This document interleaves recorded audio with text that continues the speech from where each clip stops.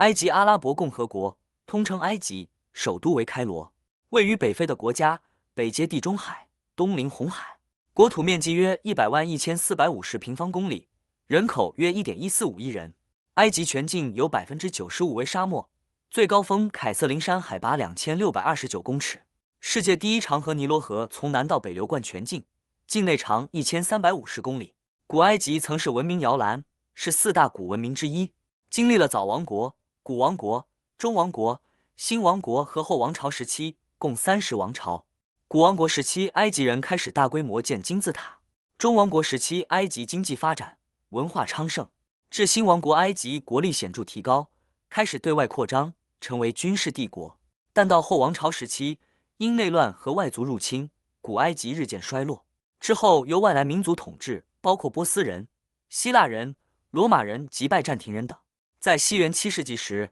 阿拉伯人传入伊斯兰教，并统治埃及近6个世纪。奥斯曼土耳其人于1517年征服埃及，英国在1882年控制埃及政府，直到1952年，埃及从英国手中正式独立，官方语言为阿拉伯语，通用英语和法语。伊斯兰教为国教，埃及人大部分信仰伊斯兰教逊尼派，被认为是北非、中东和穆斯林世界的一个地区性大国，是世界上的一个中等大国，也是非洲第3大经济体。经济主要依赖于农业、石油出口、旅游业以及劳务出口，是世界重要的棉花产地和出口国。接下来介绍埃及特色美食。库沙利是埃及的一种通心粉，始于19世纪中叶，被誉为埃及的国民料理。这道菜融合了多种食材，展现了埃及多元文化的影响。主要成分包括米饭、通心粉、扁豆和鹰嘴豆，并淋上酸辣番茄酱，最后撒上炸洋葱，增添香脆口感。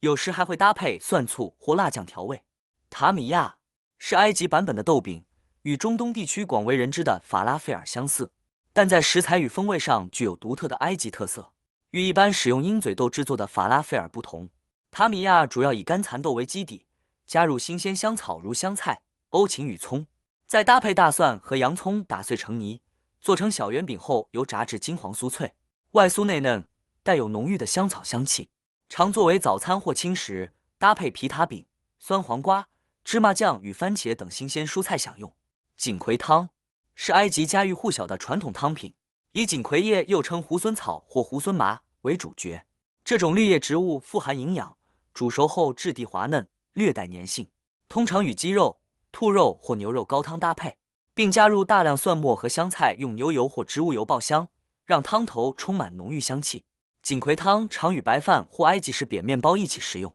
库纳法在埃及特别受欢迎的传统甜点，它以细如天使发丝的酥脆糖丝为主体，内馅常加入香浓的起司、奶油或奶酪，烘烤至金黄酥脆后，再淋上玫瑰水或橙花水调制的糖浆，甜而不腻，香气四溢。鹰嘴豆泥是一道深受埃及人喜爱的传统中东开胃菜，在埃及的餐桌上常见，无论是作为早餐、配菜还是小吃，都是不可或缺的一部分。以煮熟的鹰嘴豆为主要原料，加入芝麻酱、橄榄油、大蒜、柠檬汁和盐一起捣碎搅拌，制成质地细滑、风味浓郁的泥状酱料，常搭配皮塔饼一起享用。接着介绍埃及著名景观。阿布辛贝神殿是埃及最壮观、最具历史意义的古代遗迹之一，位于埃及南部接近苏丹边境的努比亚地区，面向纳赛尔湖。这座神殿由法老拉美西斯二世于西元前13世纪建造，旨在彰显他的权威与神性，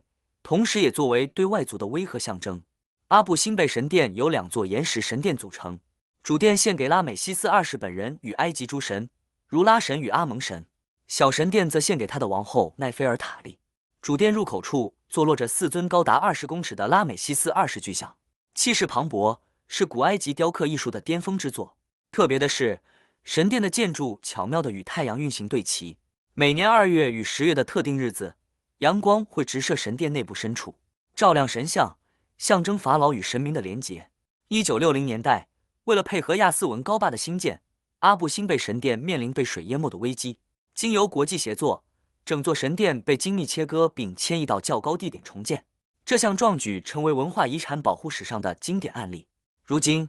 阿布辛贝不仅是埃及历史的象征，也吸引世界各地游客前来朝圣，感受古文明的宏伟与智慧。吉萨金字塔区位于开罗西南约13公里处的吉萨高原上，这里是古埃及第4王朝的皇家陵墓群，拥有3座宏伟的金字塔：胡夫金字塔、卡夫拉金字塔与孟卡拉金字塔，象征着古埃及法老对永生与神秘宇宙秩序的追求。其中，胡夫金字塔是现存世界7大奇迹中唯一尚存的一座，建于约公元前2580年，高达146公尺，现存约138公尺，由超过200万块巨石构成，是古代建筑工程的惊世之作。旁边的卡夫拉金字塔与守护在前方的狮身人面像，则更添神秘氛围。这尊狮身人面像象征法老权威与太阳神的保护，也是世界上最大且最古老的单体雕像之一。吉萨金字塔区不只是建筑奇观，更是古埃及宗教、政治与文化的象征。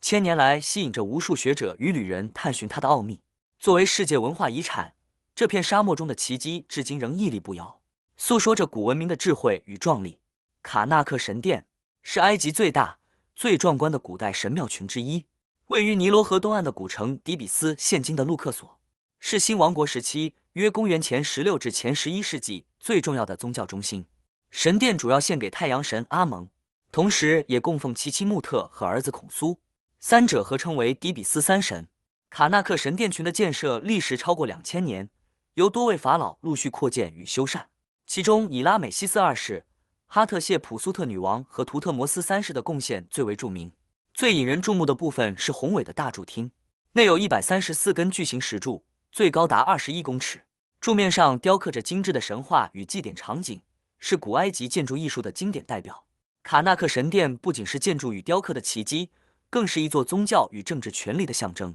曾是古埃及最重要的朝圣地之一。每年还会举行与路克索神殿相连的奥佩特节，展现神祇与法老之间的神圣连结。如今，卡纳克神殿是游客和考古学家必访的重要遗址，让人们得以一窥古埃及宗教信仰、艺术与王权的壮丽面貌。帝王谷是古埃及新王国时期约公元前1550至前1070年法老与贵族的皇家陵墓群，位于尼罗河西岸路克索对面的荒凉山谷中。这片干燥且隐秘的山谷曾被选为皇家陵寝之地，以躲避盗墓者的侵扰，是古埃及历史上最重要的墓地之一，共埋葬了超过60位法老与贵族。这些墓穴深入岩石之中，墙壁上会有彩绘壁画与象形文字，记录着古埃及的宗教信仰、死后世界的观念与法老生平。尽管经历岁月与盗墓的破坏，帝王谷仍是研究古埃及文明的重要宝库，并于1979年被联合国教科文组织列为世界文化遗产的一部分。